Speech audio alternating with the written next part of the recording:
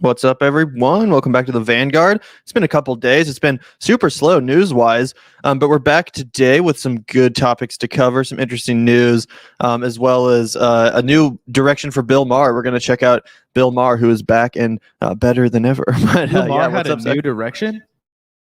I mean, he's been going in a direction, that's for sure. Oh, I was trying to make a play on words. I said he had a new direction, but anyway, we were talking new direction. That's funny as fuck. But anyway, I was like, that pervert. But anyway. Yeah, thanks everyone, though, for tuning into the podcast today. Really excited to get things started. I'm going to pull up the patron shout-out board real quick. But if you want to discuss or want to dive right into things, Zach, that's good with me. Yeah, well, obviously, we fucking massively appreciate our Patreon support. It's what helps keep the show grinding at a constant pace and provides what little bits of stability Gavin and I have in our lives. So we fucking desperately appreciate you guys. We think the world of you. We're shocked that you love our show enough to support it, but we're endlessly grateful for it. And we work really hard on our show to try and make it worth your guys' while every time. Gavin mentioned that the news week has been relatively slow, but some new developments hit today. So we thought we would go ahead and go live and chat with you guys, chill with the community. But yeah, if you guys, if you're listening to our show, you're diehard bread tubers. And if you've taken a look around at some of the loftier platforms right now, it's been a little bit of a dry time for all kinds of reasons that we can discuss maybe if we have a little bit of extra time at the end of the show. But yeah, super excited to plow into the meat and potatoes of the day. And one thing I was actually excited to chat with you about at the beginning of this show, Gavin, because it was something that I hadn't given much thought about today until my dad called me, and then I kind of like spent some time reading about it, and we chatted about it a little bit over coffee this morning. Was the escalation, in Joe Biden's response to the escalation between Ukraine and Russia, and how previously he had kind of committed to an economic approach, which is obviously, Gavin and I don't support sanctions. We don't, support that kind of thing, but it's also, starkly different from a militaristic approach. And obviously the United States has been supplying soft militaristic support to Ukraine, and often like neo-Nazi, like unsavory fuckers in Crimea, providing them with military weapon funding covertly and above ground and things like that. But it was something that we didn't get as much attention, I want to feel like, during the Trump administration as we're seeing now. Oddly, considering the fact that there was this outrageous, like the Russiagate thing was so like steeped in the culture. Like if Donald Trump was the puppet of Vladimir Putin, wouldn't he have been wanting to act on Ukraine or rescind all of our support for Ukraine? Like, I don't know, all of that kind of stuff is in my mind. But what have you read about this, and what are your thoughts, and do you think this is something to be concerned about? Well, that actually reminds me of a Glenn Greenwald tweet that I saw along the same lines, basically pointing out that, if Trump truly was Putin's puppet, then how come Russia wouldn't be trying to annex Ukraine under his rule rather than Biden's? It's definitely an interesting hypocrisy, and more proof that the whole Russiagate thing was just, a liberal pipe dream, essentially. But as for my opinion on this, it's definitely terrifying stuff. There should never be escalation between nuclear armed superpower countries like this. It's absolutely terrifying to see happen once again. That being said, I do think that, President Biden, as terrible as he is, I have to imagine that he knows better than to actually go to war with Russia. So I kind of feel like it's a lot of posturing right now, with the media kind of taking the worst instincts of the Pentagon and the spokespeople for the military industrial complex, really blowing it up, capitalizing on it as much as possible in order to buoy their ratings during this very slow time. Like you were just talking about, it's slow for us, but it's also slow for the mainstream media, and any sort of excitement or international intrigue like this. The possibility of war with Russia is certainly going to get some more eyeballs on the television, certainly going to get more people clicking on their articles, etc. So, in no way to downplay the threat. It's still terrifying, and it's still very possible that we could end up in midst of a conflict over this issue. I do still think that it mostly is being hyped up for the sake of ratings, and that Biden probably knows better than to, get involved in a quagmire like that. But again, Biden's not exactly 100%, there. So maybe he's being manipulated. Maybe, he's being kind of, slapped around by the Pentagon officials, which is very possible. Again, he's not exactly the most confident leader you want in this situation, being the last barrier between World War III, right? Yeah, and that's kind of where my concerns kind of start to, grow from, right? That's where my line of thinking is. One, what's the most surefire way to kind of wrangle the troops and the support amongst the American civilian population than to start a global conflict, right? What did we see after, George Bush invaded Iraq? That was a terrible decision. That was one of the worst decisions he could have ever fucking made as a president. But yet, because of the raging jingoism, the intense nationalism, you were a fucking traitor to this country if you were not beating the drum to go to Iraq after the head of Saddam Hussein.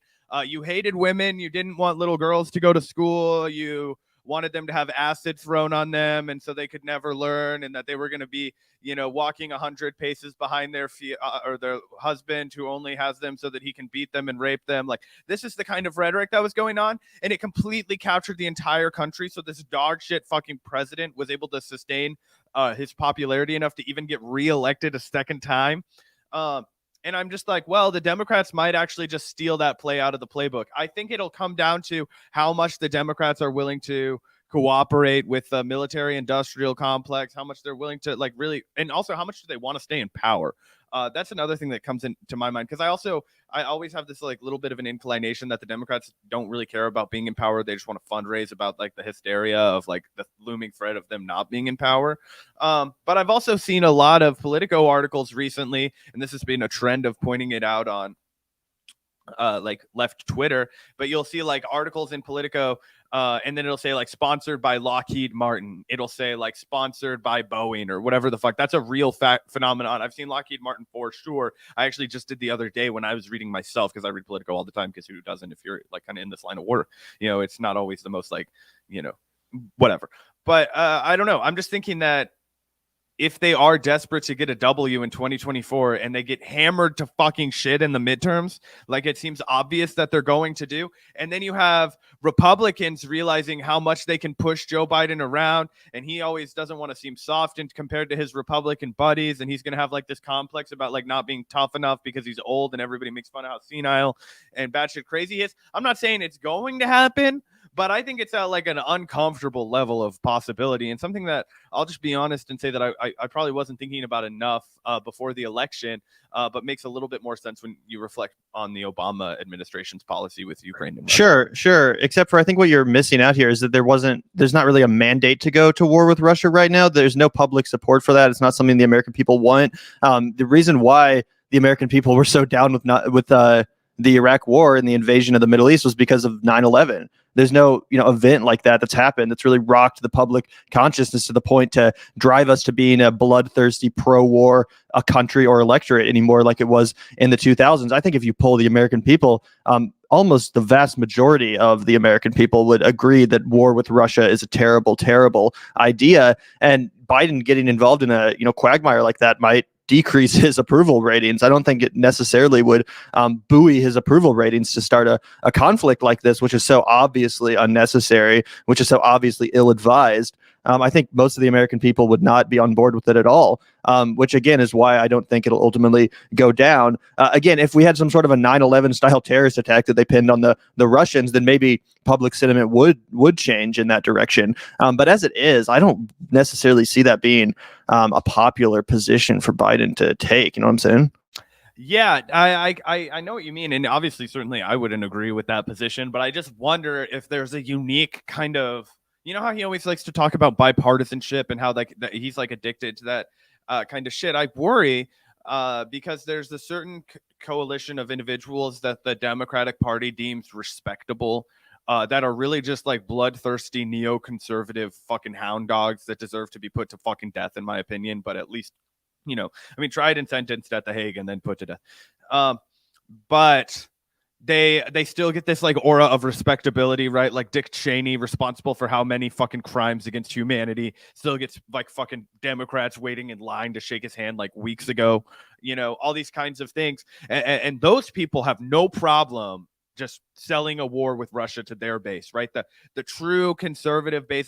That's a dwindling population, though. It's not a winning population. I understand. But don't you think that those people could form an alliance with the Russia Gators, kind of like how they tried to do with the like Never Trump thingy? And then they have this big thing where when Donald Trump runs again in 2024, if he does, which is looking like he will, because he's actually getting a lot of pressure put on him by the New York Attorney General. And you can tell me if I sound like a conspiracy theorist, but this is just what I'm stressing about in like a 10% fashion. That Donald Trump runs again, right? And the neocon, let's invade everywhere, hawkish wing of the party that was never down with Trump, that wants to shake hands with the Democrats and create that like massive neoliberal corporate party. The ilk of all kinds of people, Dick Cheney, the nastiest that comes to mind, but also George Bush was a never Trumper and he was down with the Democrats and Hillary and all that kind of stuff. So you have him, all those people form with the Russia Gators into a coalition, and then they decide to run on the fact that like Donald Trump is going to succeed this time with Russia, and that's what they try and make the entire election about, is Russiagate. And oh, look at what's been happening in Ukraine. Donald Trump has to come back to the White House to finish what he never could finish the last time, which is helping Russia annex the Ukraine, and we have to go there and defend him. And if you don't want to defend Ukraine, and this is the argument that my dad said that he heard on the news today, is he was saying, well, there was this guy that was on there and he was talking about how if you go back to the 1930s, right, in Germany, they just started with one country at a time. And what if Russia starts with Ukraine, right? Well, okay, they take Crimea and Ukraine, and Just to butt in, I actually heard the exact same argument from my grandfather not too long ago, who's also a big cable news watcher. So you can tell what narrative they've tried to been manufacture consent for on cable. That's for sure. Yeah, and a very different cable than I imagine that my dad was watching, for sure, because he's more of an MSNBC guy. So that just shows you what's connecting these two kinds of worlds. And I'm like, Dad, hey, I wonder, have you ever heard of Puerto Rico? Have you ever heard of American Samoa? Have you ever heard of Guam? Have you ever heard of fucking the Philippines, Hawaii, Alaska? I was like, they didn't all used to be America. What happened? Oh, yeah, we took them. Yeah, and also we have like 800 fucking military bases around the world. Don't you think that other countries should be afraid of us? And he was like, they should be the fuck afraid of us, bro. We'll go in there and take their shit just like Russia will. And I was like, yeah, he was like, but it was just one of those things where I'm like, no, this is like hysteria that the narrative is selling you right now. But I think that they might continue to wield that hysteria into like trying to do one of those banner unifiers against Trump, rescue Russiagate. I don't know. It would be a shit show, but that sounds like the kind of like post fucking Donald Trump first time around 2024 election kind of politics that we might be into. That kind of like crazy blender bullshit. I don't know. Yeah, it's definitely possible. I mean, I'm certainly scared about it too. I'm definitely stressed about it too. But just to share some recent developments, some recent news, it does look like Biden will speak with Ukraine or European leaders to discuss Russia-Ukraine tension. So rest assured, guys, our diplomat-in-chief, our commander-in-chief, President Joe Biden, will speak with European leaders on Monday to discuss the ongoing tensions between Russia and Ukraine, including Russia's military buildup on Ukraine's border. The White House said this comes after the U.S. ordered relatives of its embassy staff to leave Ukraine, citing fears a Russian invasion could come at any time. UK officials also announced that about half of its embassy staff working in Kiev would return to the UK. Russia has denied it is planning an invasion despite massing troops along the border and seizing Crimea from Ukraine in 2014. So, obviously we'll report on this when it happens, this, summit to discuss these tensions. But one thing I do know is that most European countries and, but therefore their leaders are not necessarily on board with this kind of aggression, even though they acknowledge the threat of Russia expanding its territories or whatever. They don't view it as a big enough a threat to, go to war with or even escalate militarily over. I've heard that even people in Ukraine are think it's totally insane that this is going on over their territory. So I know Germany is very dependent on Russian oil as well, and that's an ally of ours and an increasingly prominent military presence themselves. So again, it seems like it's kind of just the war hawks in the Pentagon at the U.S. that are really hoping this happens. And it seems like almost every other country and sensible actor has formed a united front against this happening. So my bet is that what the Pentagon is hoping will happen is that there is some sort of an attack at the embassy, is that there is some sort of a conflict that breaks out, and maybe a U.S. service person gets attacked or gets shot at or something like that, and then they have an excuse to full-fledged go to war. So I think they're trying to potentially create the conditions from which a war could arise or a conflict could arise. But again, I think that's all pretty independent probably of the actual policy of Joe Biden, who just kind of seems to be like, I don't really know what to do here. Not to excuse his foreign policy at all, but I still don't think it would be in his calculus to go to war here, for his approval rating or whatever. I just don't see that being successful because, again, it's not like the American public is in the mood for more war, more tension right now. We're already dealing with the pandemic and all of this malaise at home. Why do we, who's asking for this? No one seemingly but the hawks at the Pentagon. Yeah, it's kind of like under the Obama administration, right? Which is something that, I kind of blocked out of my mind. I haven't thought about the Obama administration in a while, but they tried to make a big deal out of what was happening with Ukraine and Russia towards the second half of his term for obvious reasons, bigger military budget, all that kind of stuff. But the refrain that I remember constantly being made in left circles was what you were just kind of getting at, just like a lot of the people in the Crimean Peninsula are like ethnically Russian, like their ancestry is Russian, and okay, let's why don't we just let these people decide, mind our own fucking business over here in America? You know what I mean? Like, they can kind of, but it always turns into like, oh no, they're going to do the next Hitler thing where they have to control the world. And it's like, bitch, what are you talking about? We are doing that right now. We're doing that. And it's wrong. And, but that's what we're doing. We are in the history book that's written objectively. The United States is always the bad guy. We are always the bad guy. And that's a reality.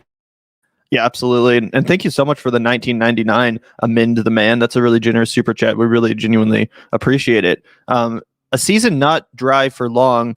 CARAPH for Michigan Senate leg live stream today at 5 p.m. Eastern. Music, political shite, fun shite, all are welcome. Peace and love. Hashtag amend the man. I'm not 100% sure what you're talking about with co-ruff or whatever, but really appreciate you letting us know. Amend the man, and I'll have to look into that. I'm guessing that's a Michigan State Senate candidate or something like that. State legislator, yeah. Anyway, thank you so much for the super chat and for letting everyone know. Yeah, man, thanks for the donation. We really appreciate it. And it looks like, he's hosting a live stream on his channel that he's letting everybody know about. So if you want to check it out, please do. But thanks for the donation, man. Really appreciate it. Anyway, it's definitely a scary situation unfolding, and any potential scenario in which it could explode into a real conflict, an actual hot war, is one that should be avoided. So definitely terrifying stuff, and even the fact that we're flirting with a conflict with a superpower like Russia, which does have nukes, should be cause for concern, obviously. So yeah, it is pretty scary to think about that, and especially with the kind of manufactured consent that they're selling on the cable news and mainstream media at large, trying to basically trick people into thinking that this is somehow necessary or warranted, when obviously it's not. No one wants this. This would not improve anyone's lives here or in Ukraine. Do you think anyone in Ukraine is clamoring for there to be World War III over this? No, of course not. It's ridiculous. So I guess that would be my piece on that. Obviously, I'm not a foreign policy expert, but I have been paying as much attention to this as possible. And we'll keep you guys updated if there's any more developments. But yeah, that would be the debrief for, the potentiality of World War III, which only seems to keep going up. Yeah, 100%. So we'll keep an eye on it. Obviously, there's all kinds of, I don't know. I just feel like there's a resurgence in jingoism from the Democratic Party right now. And that always makes me scary right when they're about to eat shit in the fucking midterms, because they're going to be like, oh, we have to be more like Republicans. Let's be bigger war hawks. Let's, give more handouts to the fucking military industrial complex. Let's go start 5 more wars like Obama did. Like, I'm just saying it's not out of the realm of possibility for them to go fucking do something like that, which makes me nervous, especially when you have, Russia, Ukraine, and then you have China, Taiwan tensions. It's just like the United States needs to, for once in its fucking 250 some odd lifetime, almost 250-year lifetime, just take a fucking chill pill and not butt its head into geopolitical affairs militarily that it has no business butting into. But that's our 2 cents. Did you want to do Bill Maher next, or do you want to save that till the end? Yeah, let's get into this Bill Maher shit. So if you guys haven't watched the Vanguard for a while or aren't, a regular viewer, you might not know that I actually used to like Bill Maher back in the day, maybe I don't even know, a decade ago. It's been a while since I've really enjoyed the guy's content, but there was a point where he really seemed like kind of an anti-establishment, more based kind of lefty. Obviously, I always had my disagreements with him, but he originally supported Bernie Sanders. He definitely had more of a anti-establishment, truth teller vibe. And nowadays, it really does seem like a large portion of his commentary has just devolved into kind of establishment, drivel garbage. But interestingly, he's back now with a new season of Real Time with Bill Maher on HBO, and his new monologue has some feathers ruffled in his traditional fan base, in the kind of liberal, section of the audience, which normally gobbles up his stuff. They aren't happy with him. They aren't thrilled with his recent comments, and even more so than just his recent comments, the direction he's kind of been going in general. Some people have pointed this out. So let's take a look at his new monologue. This is like 4 minutes long, and we can then look at some of the reactions from other liberals, people like Whoopi Goldberg even, that have weighed in to criticize Maher over this new direction and his tone, specifically as it relates to COVID-19 and the regulations in place to help stop the spread. So yeah, let's take a look here. I definitely have some thoughts on this, and I do agree with Bill Maher in some aspects, so it's going to be a nuanced conversation for sure. But I'd love to hear everyone's opinion on this in chat, what you think about Bill Maher's new direction, because it's not just Bill Maher that feels this way, to be fair. It does seem like the whole COVID situation and the related lockdowns and measures have kind of broken the minds of people all over the lefty spectrum, not just liberals, but actual leftists as well. So there's definitely a conversation to be had here, right? It's not just like we can discount this all and throw it in the trash. Like, people definitely do feel this way. But without further ado, let's take a look here at this monologue, and we can judge for ourselves. Thank you. It's wonderful to see your beautiful masks again. Still with this shit. Yeah, I know. So much has changed. We haven't been on for a couple of months. So much has not. I had a birthday yesterday. That changed. I don't. Please. So, I don't see myself as getting older. I see myself as becoming a milder variant.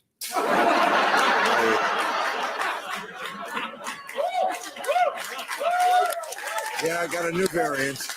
Well, that today, January 21st, this is the 2-year anniversary when they found the first case in America, 34-year-old man in Seattle. Yes. And I got to tell this guy, stop putting patient 0 on your Tinder profile. It's impressing no one.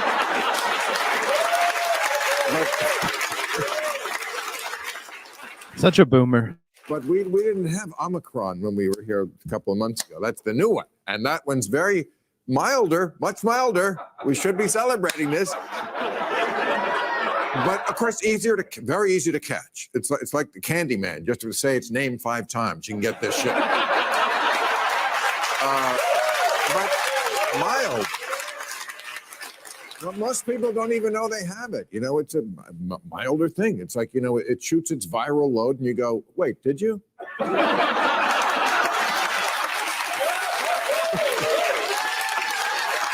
So anyway, hopefully we're getting out of this shit soon. I can't take it much more. And by the way, if you are 2 years in, if you're one of those people who didn't get it at all, well, you must be very diligent, very careful, and you have no friends. Would be my guess. No, it's just gone on too long. Nobody cares anymore. Last night, the Grubhub delivery guy was eating my French fries right in front of me. I mean, too long. The viral load joke was kind of funny. You got to give him credit where it's due. But yeah, it pretty much goes on like this. I guess we can watch more. But yeah, he's just kind of bitching about the state of COVID and lockdowns and measures and masks and all that stuff. And it's just kind of like, yeah, I sympathize with it, bro. Like, I'm also sick and tired of, like we tried to go to the bookstore earlier today and we're like, fuck, we don't have our masks. Can't go in there. God damn it. Whatever. It's annoying. Obviously, it's fucking annoying. Everyone is annoyed by it. And yeah, I sympathize with it. The fact that sometimes, you just feel just at the end of your rope. When is this going to fucking end? There's another variant. Here we go again. It's a nightmare. It's obviously a goddamn nightmare. And I do sympathize with the position of just being like, time to move on, time to fucking move on. That being said, I'm also a young, in my 20s, relatively healthy, I hope. You know what I'm saying? Like, I'm not really in the position to just be like, time to move on. We're good because I'm good. Yeah, I'm probably fine. But I also hear stories about how people that are trying to receive their treatments for like stage 4, stage 5 cancer are being denied beds at the ICU because the hospitals are filled up. I also hear stories about how, healthcare workers are at the end of their fucking rope because they can't take all these waves of patients, largely unvaccinated people that are filling up the hospitals and just taking the beds from other people, stuff like that. So I sympathize with the people who are immunocompromised or that are overweight and old and that are very at risk of this stuff. We can't just let all those people die. That's crazy. So while part of me sympathizes with this position that Bill Maher is stating here, and yeah, part of me does just want to fucking move on. Another part of me knows that we have to take it seriously. So it's kind of a conflict of, it's kind of a war, I guess, in my mind. And I think a lot of people's mind, how to deal with this, because yeah, it's like, it would be great to move on, but it's also just not that easy. Well, right, and there's a reason it's not that easy, right? Because we didn't have a federal response to it, and that's the big problem, right? As soon as they said, Joe Biden's not going to have a federal response to it, then the game is up. Then everything that you've ever said about personal responsibility, about how it's up to us to stop this shit, it's not going to work, right? Because we know how these things work. Yeah, you can get your own vaccine, you can protect yourself, through that mechanism. You can, wear an N95 masks, but other people aren't going to fucking do that, and the variations are going to keep coming, and the virus is still going to fucking exist, and that is what it is, and that's the result of a failure of having top-down legislative policy. You've noticed we were talking about this in Japan. You get fucking COVID, they send you fucking a bunch of shit to your house so you don't have to leave. They give you water. They like have people come in and check on you, right? This is a real thing that fucking happens in a place like Tokyo where they have fuck tons of people to take care of. Okay. Same in other countries where they fucking dealt with this shit way better than us, right? Because they were willing to do it collectively. Hey, you don't have to leave your house when you're sick. You probably infect less people. Here's some money and all your fucking food and shit. And shout out to that boomer. Boomer's a state of mind, not a generation. So don't forget that, John Edwards, you're a zoomer just like us. Anyway, we could have handled this way fucking better. Obviously, it's not up to guys like us to decide if we're going to sacrifice our fucking population to a virus that, has almost killed 1 million people in America. That's pretty scary. And this time, and not only the people that survive long haul COVID, that shit's fucked up, man. My girlfriend interviewed a lady that was literally going blind from long haul COVID. Like, that shit is wild. I do not want to get that shit at all. But it's also like, in reality, if you're a young person like Gavin and I have like fucking ADHD massively. Like, I forget shit all the time. Like, I'm not gonna remember my mask all the time. Gavin just said we fucking drove to the bookstore. Oh shit, we don't have our fucking mask. Well, I guess we're going home and we're not going to the bookstore. But that being said, I've still never caught COVID, never tested positive. I'm a young, healthy person, and I also suspect that it might have something to do with the weed correlation. But you know what I mean? I don't know. And that's why I've always felt weird about this, is like, I feel really comfortable talking about, some aspects of politics, but I'm not a fucking doctor. I literally failed chemistry in high school. Like, I'm not the guy to ask about that. Like, ask me to tell you if somebody's full of shit when they're talking. Like, I got an eye for that. You know what I mean?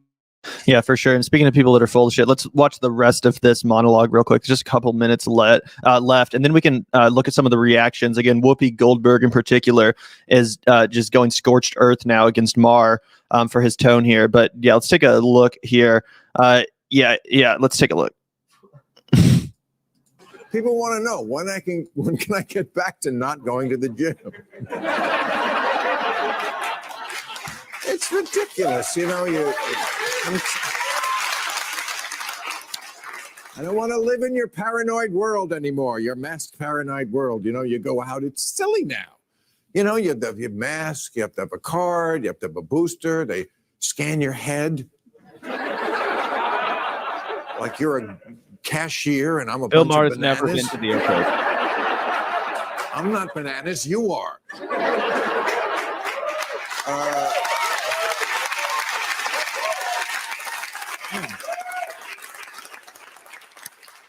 Okay, so here's what I read today in the paper that New Year 2022. Anybody remember the movie Soylent Green? Classic futuristic movie from the 1970s. You know what year it took place? 2022. So I was like, I'm going to take this as a note of optimism. We're doing better than that. At least we're not eating people.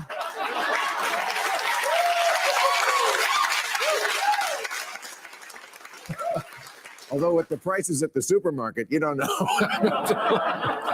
Well, you know, Biden's got to deal with that. Biden's been having a rough time. He finally had to give a press conference this week. Did you see that? It went on for 2 hours. 2 hours. Although the first hour, it was just about how kids' bikes didn't used to be so complicated. So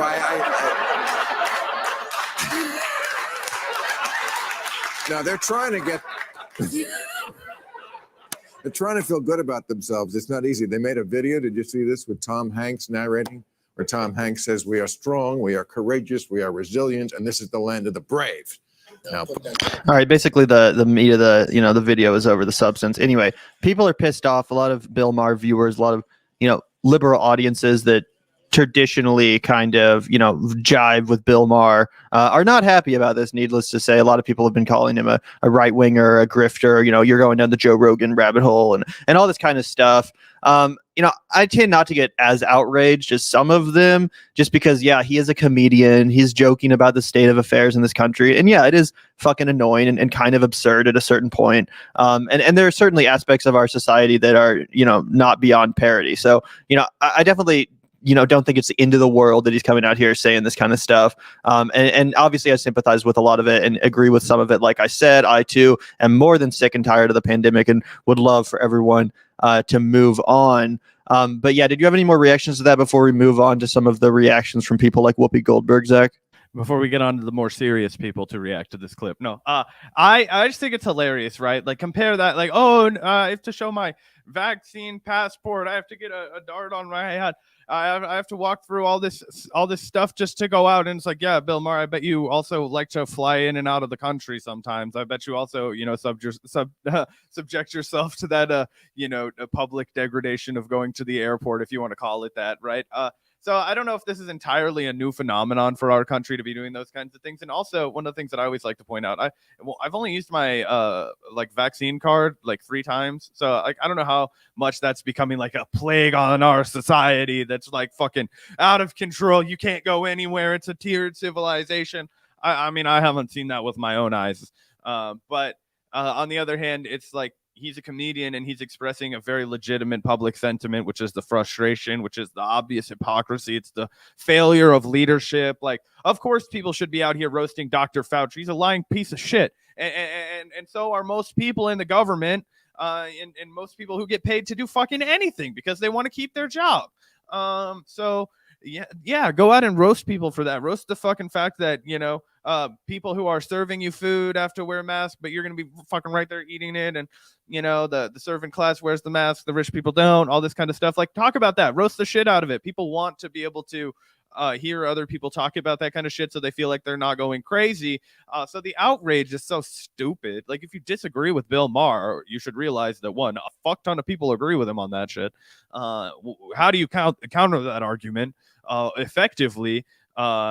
Is important if you want to do that. I fucking sit somewhere in the middle where I'm like, this shit isn't up to me. I'm taking the L on this one. I'm just doing what the fuck. Like, I don't care. Like, let people, you know, the only thing I'll stand up for is the fact that I think people should be allowed to say any of this shit. And then when I disagree, I'll point it out. So even if I think Bill Maher's a little cringy here, and like sometimes he like oh, like patient zero in your Tinder bio is like such a lazy joke and all that kind of stuff. But like for the most part, I think that a lot of people would agree with him. And if people in our audience feel strongly in the opposite direction, I think you should think about how the messaging needs to vastly change to get people back on board again, and also grapple with the fact that you probably can't with the lack of government, you know, oversight. Yeah, and Mehdi Hassan did point out on Twitter that 3,500 people died from COVID in America on Friday. That's a higher death toll than on 9/11. So, regardless of what you think of all this, we do have to reckon with the fact that we've been incredibly desensitized from COVID-related deaths. And I know people want to say that, it's over and Omicron is the end and stuff, but that is still a lot of motherfuckers dying from COVID on a daily basis. That's not nothing. It doesn't just mean we can wrap it up and go home and pretend like it's all over. Like that's still a consideration that we need to take. So yeah, that's worth pointing out too. But yeah, let's take a look at Whoopi, Miss Whoopi Goldberg, my favorite commentator of all time. Yeah, let's take a look here. She says, "How dare you, Bill Maher?" Let's listen. Doing to protect our families, and you don't have to do it, but stay away from everybody, because if you're the one who's not paying attention and you're coughing and sneezing, you don't want to then stay out of the public, man. This is not, nobody wants this. I don't want it. And I think he's forgetting that people are still at risk who cannot get vaccinated. People who can't get that. Little kids under the age of 5. Yeah. Or people with health conditions. How dare you be so flippant, man? Well, There's still people they're over it. Like Yeah. a relationship. I'm over it. I don't feel like seeing him anymore. Yeah, so she called out Bill Maher there, said, "How dare you be so flippant?" And again, my response is, calm down a little bit. He's obviously a comedian, like we said. He's joking for the most part. Although, yeah, he certainly is, clearly fed up with the regulations and stuff. But what was your response to that, Zach? It's one of those things where it's just like obvious, like it's like maybe if I could like Whoopi isn't that great of an actress, but she's better than that. I think she should have really like given her heart to that performance a little bit more, because it was obviously virtue signaling, man. You watch these people and you could tell when somebody's pissed off. I've been pissed off on this show. I think people know. But if I was out here, getting all fucking crazy about shit that I don't believe, I think it's transparent when people try and do that. And that was exactly what was happening with Whoopi Goldberg. She views her job on The View as somebody who needs to constantly like cheerlead whatever that like completely non-threatening woke liberal cause is, right? Like, or like, I should say like neoliberal, like corporate wokeism kind of causes. And obviously there's not a lot of passion there. There's not a lot of pride there in doing that kind of work. So it all just comes across as like, a finger wagging like Twitter victory. And it's like, how dare you do this? What about children under 5 years old? And I guarantee you, if you just looked at Whoopi and you said, "Whoopi, do you know how many children under 5 years old have actually been hospitalized and died from COVID?" She would, if she's smart, she would say 1 is too many to try and like get back at you. But she probably wouldn't know the real number off of the top of her head. I don't fucking know the real number off the top of my head, but I do know that the fucking research shows us that children are way less likely to die from the fucking virus. I don't know. Again, I don't know. I don't know anything about this, but I do know a little bit more than that. And that just comes across as like transparently fucking virtuous and not like a real fundamental argument that you would hear from a doctor that maybe takes these mandates way more seriously. Yeah, I mean, Whoopi's always cringe as shit. That's just a given. Like almost all of her commentary, even when she's technically right about something, is always insufferable. So yeah, that's for sure. Fuck Whoopi Goldberg, one of my least favorite commentators. Just such a smug neoliberal piece of shit. But to give credit to Bill Maher, just wanted to briefly shine a spotlight on this. I guess he did highlight the candidacy of Gary Chambers, who's a pretty based candidate in Louisiana who recently smoked a blunt on air for his campaign ad, which was pretty based. So I guess shout out to Bill Maher for shining a spotlight on that.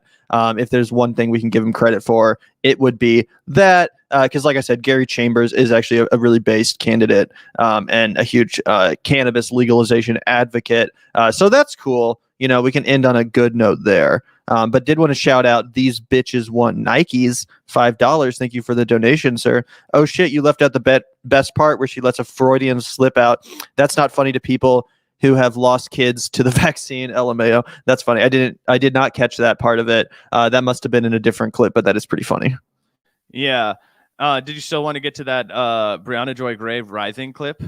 I think that this is an interesting point for two reasons, because it segues so well from us talking about fake outrage and the kind of stuff that's so transparent when you're just kind of fucking stoking an audience for that kind of meat and potato kind of shit that they'll always come back for, right? But even when you are degrading yourselves to a brand new low.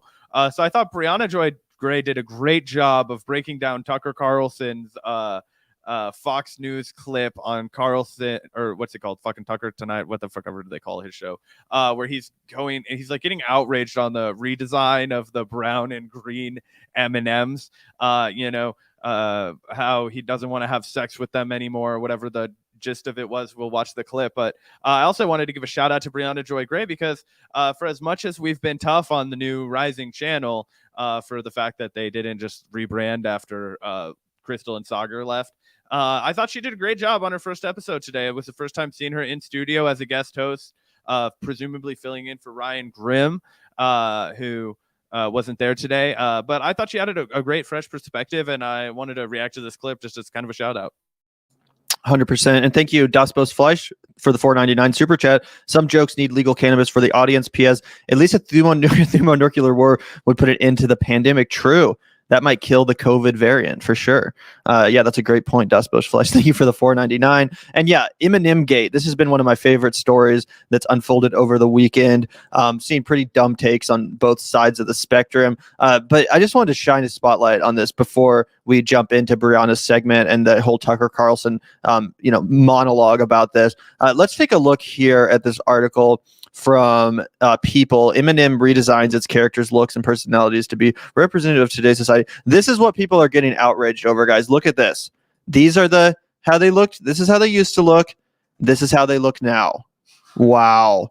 What a shocking fucking change in character design. What a shocking change in personality. Literally, this is what people are getting outraged about. These M&Ms up here, now they look like this. They look exactly the fucking same. This is probably the most overblown, overhyped outrage story that I've ever fucking seen. You would never even know there was a change if you just presented someone with the new M&Ms, the ones on the bottom here, and said, hey, look, these are the M&Ms. They'd be like, yeah, of course, those are the M&Ms. They look like a little bit more HD, like a little bit more, the CGI that is, making them look a little bit shinier. But it's not like one of them is like a trans person now or something. Like, calm the fuck down. There's literally nothing different about them. So yeah, this is just totally indicative of the right-wing culture machine, the culture war machine, just always trying to find something stupid to get mad about. Remember when they were all freaking out about Mr. Potato Head changing its name to just Potato Head? I was at a fucking CVS the other day and I saw they were selling Mr. Potato Heads. It still says Mr. Potato Head. It doesn't even say Potato Head, which is why everyone got so outraged in the first place. So anyway, this is just an example of how fucking dumb and exhausting the culture war is. There's no reason to be upset about this from either direction. Just to clarify before we dive into the segment, because I really do think it's just hilarious how much discussion this incited over literally nothing. Yeah, my favorite take was that they turned the green M&M into a dumpy slut, but we can move on. I thought that was the best. Oh, it used to be a dumpy slut. That was the joke.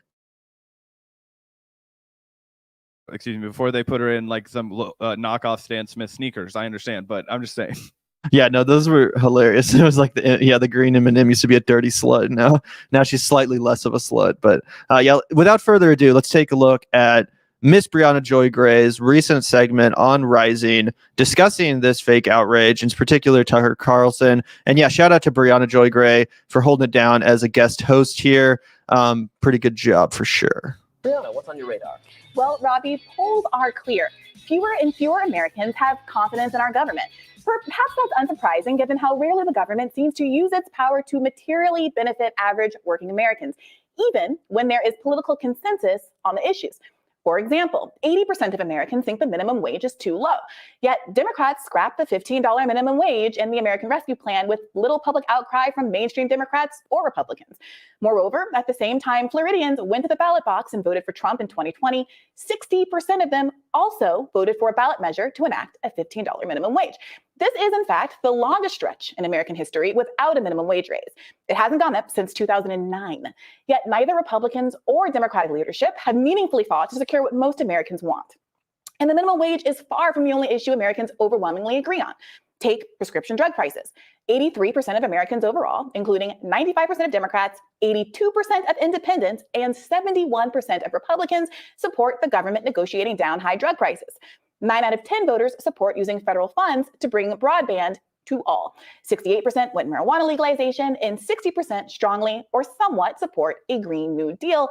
And yet the prevailing narrative out of Washington is that the parties are stuck in figurative and sometimes literal gridlock, and no infrastructure bill is coming to help. With government canceled, people are looking to alternative populist champions, figures who will speak for the people when corporate politicians won't. In 2016 and 2020, Bernie Sanders was the preferred choice of independents as he stood with striking workers, advocated for popular policies, and called out corporate corruption as he's done his whole career. Others, many of whom saw Donald Trump as an outsider who might have the chutzpah to actually drain the swamp, are searching for new populist heroes on the right, voices that consistently champion the material economic interests of the people, individuals who have their finger on the pulse of average working class American priorities, individuals like Tucker Carlson. The other big change is that the brown M&M has, quote, transitioned from high stilettos to lower block heels.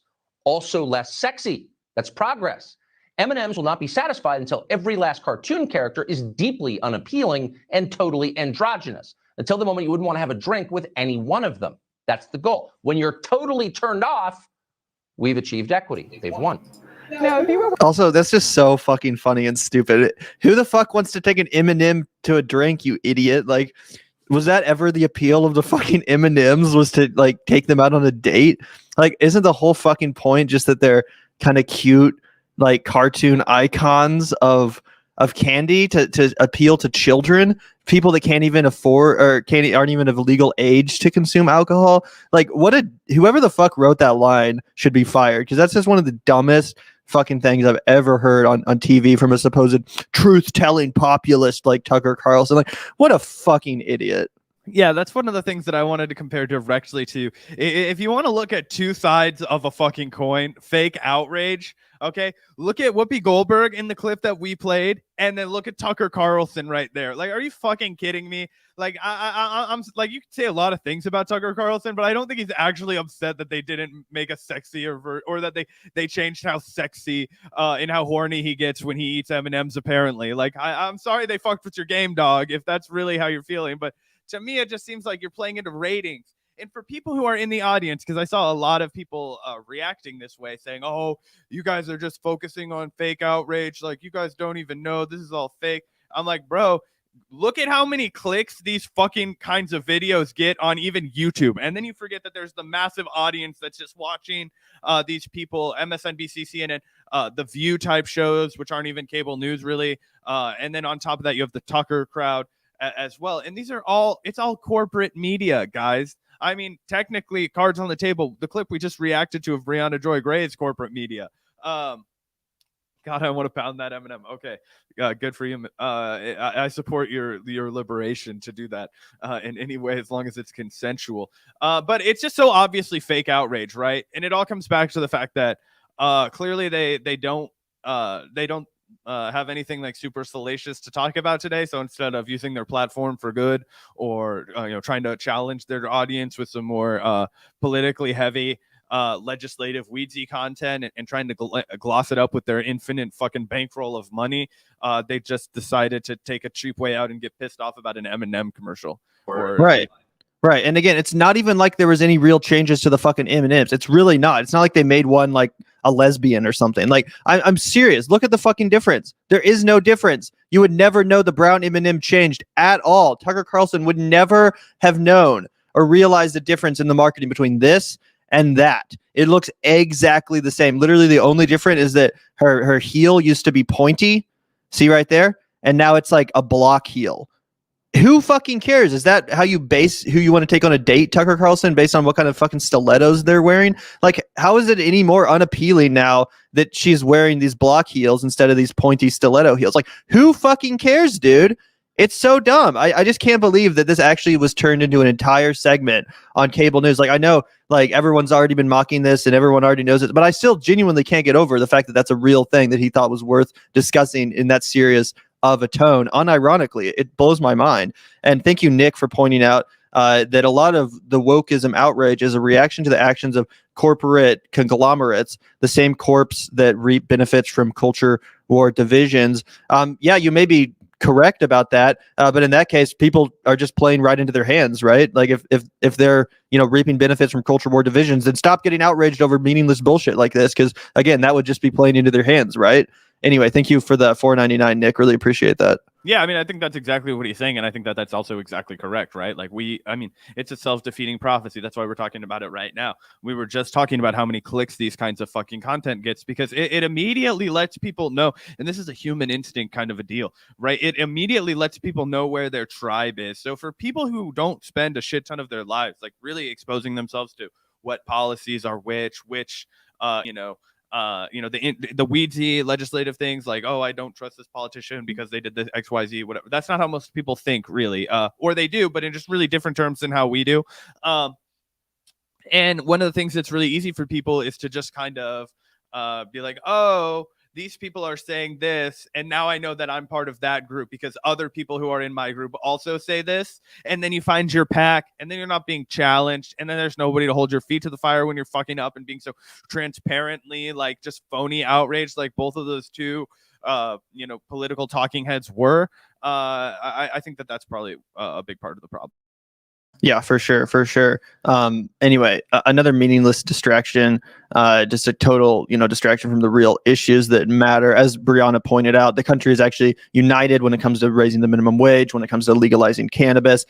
Issue after issue, there are issues that actually unite us, and that the American people are more common sense than given credit for. But once again, we're distracted by these stupid issues, and people like Tucker Carlson feed right into it 100% of the time. And shout out to Brianna Joy Gray for just unequivocally calling out Tucker Carlson for the phony that he is. I would highly recommend you guys check out the rest of her radar on The Hill, because she goes on to insult him, and it's pretty good stuff. Yeah, like he's the populist leader of our time. That's also a Tyson heir. The heir to the Tyson fortune, as in Tyson Foods, as in one of the most disgusting companies in America. I think it's Swanson or something like that. Swanson Foods that he's the heir to. Let me look that up really quickly. Tucker Carlson. He's definitely the heir to one of the giant frozen food companies. I'm pretty sure it is Swanson. It is Swanson, yeah. Anyway, same difference, right? Yeah, it's a massive fucking company. Let me look up the fucking Swanson company valuation. And maybe they're slightly less disgusting than Tyson. That's fair, but they're still like $1 billion company. Anyway. He's an aristocrat, right? He married into it. It is what it is. And I always think it's funny that like the right will try and claim these like fucking massively wealthy men to be their working class representatives. I'm like, this dude has no idea what it's like to be working class. But anyway, yeah, he's the embodiment of a hardworking good old boy in America. Get the fuck out of here, Tucker. And yeah, look at this. I didn't even realize this, but even if you just look him up on Wikipedia, apparently his real name is Tucker Swanson McNear Carlson. Oh, is he not married into it?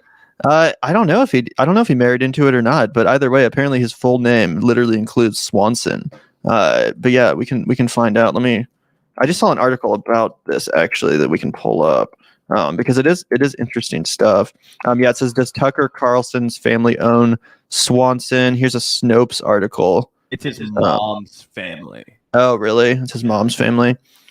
Interesting. Well, I feel like most people don't even really know about Swanson food anymore. I feel like it's kind of like, faded out of the public conscious, but I definitely know that it's pretty popular among like the older generations, because they basically like deliver you food. Like a big truck pulls up and they deliver you like pre-made meals, essentially, like frozen pre-made meals. So like if you're not, quite able to cook or prepare your own food anymore necessarily, it's definitely a good option. But yeah, here, Tucker Carlson. Oh, he doesn't? What the fuck? Okay, so the family doesn't own Swanson Food Products, according to this, but it says Patricia Swanson, who married Tucker Carlson's father when Tucker was 10 years old, is an heiress to the wealth generated by the Swanson TV dinner company her grandfather founded. So I guess it's not like he literally owns it, but again, just an heiress to it, like Brianna was saying. Yeah, that's why I knew it was something complicated with marriage, but he's the heir to the fortune. It's like once everybody dies. But either way, the dude's rich as fuck is all I'm saying. He has no idea what it's like to lead a working class life. If you're the heir to any fortune by marriage or not, you have a fucking very jaded view of reality. Okay, and I don't care what the fuck your politics are. Okay, you got a very jaded view of reality, whether you're fucking Tucker Carlson or, fucking somebody else. All I'm saying is that your life is so different than a working class person that it's hard to believe you when you say like, oh, I have the working class perspective, even though I make millions of dollars for my own position as a member of the corporate talking head class. I also am an heir to a fucking fortune, and I have never struggled a day in my life. Exactly. And yeah, thank you, Bookworm Skates, for the 499. His mom is the heiress. Watch some more videos about him. Yeah, I'll continue going down the rabbit hole after we're done streaming. I'll learn his entire biography. Sorry for spreading fake news, but anyway, the point is he's a rich motherfucker, partially an heiress to the Swanson fortune. Anyway, glad we clarified. But we do have one more story at least today that we want to talk about, which is actually some much needed good news in the struggle for Julian Assange's freedom. We can take a look here at this news clip and react. Again, not like the fight is over, but this is some decent news, a good development. Let's take a look. Mm-hmm. Nice. Sorry, guys, I fucked up the sharing of the screen. 1 second. Here we go. Early, the UK's High Court made this decision just in the last few minutes. Julian Assange has been allowed now to formally ask for an appeal to the UK's highest court, the Supreme Court. So early last year, it was a lower court, the Westminster Magistrates Court, which blocked Julian Assange's extradition to the United States on espionage charges. The court found that there was a very real risk to his health, particularly his mental health, and a risk that he could self-harm. That decision was appealed by the United States government, and they won that appeal in December here in the High Court. The judges found that after the US put forward a package of assurances that essentially Julian Assange could be extradited. So the US said that he wouldn't go into solitary confinement, and they even offered that if found guilty in the US, he could serve time in Australia. Now, Julian Assange's team and his lawyers always argued that those assurances really didn't count for much at all because the US could essentially reverse them at a later date, and they said they were really meaningless. What happened today is that Julian Assange had to convince the court that there were matters of law that were of general public importance. And that's what the judges here in the High Court have certified today, that there is part of the law that should be considered now by a higher court. Julian Assange has to then formally apply for leave to appeal in the Supreme Court. But it's certainly good news for him and his legal team as he fights to stay out of the US custody. Yeah. So what do we understand will be the next step in this process, and will he stay in custody during this time? It's almost certain that he will remain in custody because up until this point, the courts have deemed that he is a flight risk and that he should remain in custody. Of course, Mr. Assange's team says that what's happening to him is an ongoing deterioration. They say that he suffered a stroke. They say his mental health is getting worse by the day, but it will be up to the court now to decide, the Supreme Court, to decide whether a full appeal should be heard. At the heart of this matter, Bev, is the fact that the US was able to put these assurances on the table at a later point. It lost the case initially, it then won on appeal by, after the fact, trying to come up with a package of assurances to convince the court, and that will be central potentially to any appeal. But a formal process now needs to go to the Supreme Court to see whether a full appeal can be heard. And just to jump in here, obviously this is the best news that could have come, but just to bring in a bit of a reality check in there for all of the people who are curious, that this obviously, as Gavin said at the beginning, the work isn't over. People probably underestimate, maybe you don't, the power that the United States has over even the highest branches of government in England. England has, for the last since the end of World War II, been the United States bitch. Basically, whenever we had to put any weight on them, they've followed us down the rabbit hole, much to the fucking disappointment of their working class population and their civilians. And I worry that the United States is just going to be able to put enough pressure on the Supreme Court of England with their assurances that he does have to face trial in the United States. And I don't think people should be shocked if that's the outcome. But at least after today, people can say that he has a chance, that they can make those arguments that were outlined in that video clip. And also that they can raise the point that the United States government literally tried to assassinate him. They had the CIA documents that were exposed that they were literally trying to kill him under Mike Pompeo, State Department. So these are big revelations. It's just a matter of how seriously of a trial he's given with the Supreme Court in England. Correct. And we can cut to this video, which I think goes on to explain that quite well, of Stella Morris, who, of course, is Julian's fiance, speaking today after the victory. So yeah, let's take a look here. What happened in court today is precisely what we wanted to happen. The High Court certified that we had raised point of law of general public importance, and that the Supreme Court has good grounds to hear this appeal. The situation now is that the Supreme Court has to decide whether it will hear the appeal. But make no mistake, we won today in court.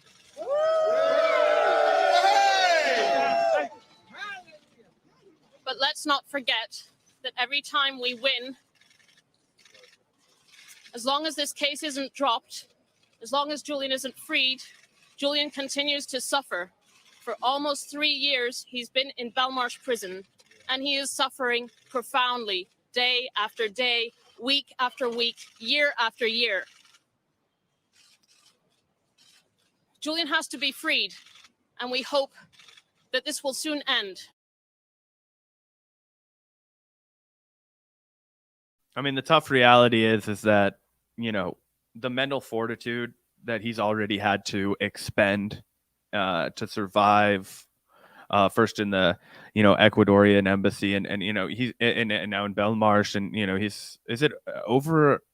I think it's over a decade of combined custody that he's been, since he's been able to roam as a free man, and in such confined quarters with such intense stress under the persecution of the United States fucking government. Like, it is a miracle, and it shows what kind of a titan that he is, that he has not, been completely mentally broken by the system, because because the intense amount of pain that he must be in, the torture that he's undergone, the isolation, it's unrelenting, and that's one of the things that, I think we should all, use as a reminder for why this fight continues, and that even in victory, the reminder, as Stella Morris said, is that every single fucking day that this gets dragged on, is just more time that Julian is unjustly suffering. It's fucked up. Yeah, I mean, they're like, his, mental deterioration continues in prison. Like, no shit. Obviously, his mental capacity is going to deteriorate being held in a high capacity, maximum security prison. Like, what the fuck? I mean, everyone who's in prison, their mental health is going to deteriorate. But obviously, Julian doesn't deserve any punishment, which makes it all the more cruel and all the more inhumane what's happening to him. Again, he's not even really a criminal. He's a fucking hero. So anyway, at least a small W for now. Julian has won his application for appealing his extradition. So, a small piece of good news, something that's rare in the story of Julian Assange, the ongoing persecution of Assange. Anyway, I guess that's probably the last story we had to talk about today, and with some slight good news, like I said. But yeah, thanks everyone for tuning in today. Really had a great time chatting. Yeah, and if I'm gonna just do one self-promotional plug for the Vanguard, we had a fucking dank call-in episode the other day on Jimmy Carter, where we, were really able to tie some of the mistakes and the pitfalls that the Democratic Party made right around the mid 1970s. 76 through 80 would have been when Jimmy Carter was president, and how that actually led to the Reaganism that followed economically, and talked about some of the parallels now to where Biden's at and where we could be going.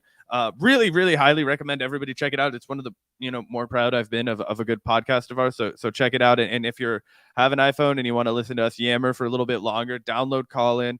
We'll be doing a lot more episodes like that in the future. And I want you guys to check it out. Yeah, 100%, guys. If you haven't already, download the Call-In app, Callin. We're having a lot of fun doing these Call-In episodes. And I'm disappointed because so far no one has called in to viciously argue with us. I was expecting people to be like, you fucking degenerates, you don't know what the fuck you're talking about. So far it's been totally civil. So if you hate our guts, this is an open invitation to argue with us. It's super easy. Again, it's currently only on iPhone, but they're rolling out Android and desktop versions in the near future.